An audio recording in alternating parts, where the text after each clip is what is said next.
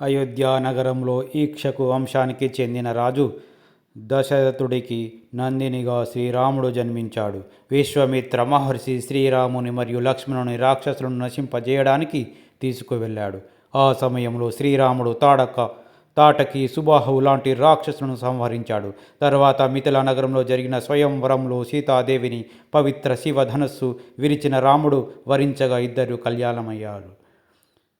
అయితే కైకేయి బెడద వల్ల రాముడు వనవాసంకు వెళ్ళవలసి వచ్చింది. వనవాస సమయంలో శూర్పణకు ఖండన కురాదూషణులు సంహారం చివరగా రావణుడు సీతా అపహరణ చేశారు. ఆ తర్వాత శ్రీరాముడు హనుమంతుడు సుగ్రీవుడు సహాయంతో లంకపై దండయాత్ర చేశారు. సముద్రంపై వంతెన నిర్మించి లంకలో రావణ యుద్ధం జరిగి చివరికి రావణ సంహారం జరిగింది. సీతా విమోచన తర్వాత రాముడు అయోధ్యకు తిరిగి వచ్చి రాజ్యాభిషేకం పొందాడు. ఇది రామరాజ్యం ధర్మ సంపన్నమైన పాలనకు ఉదాహరణగా నిలిచింది.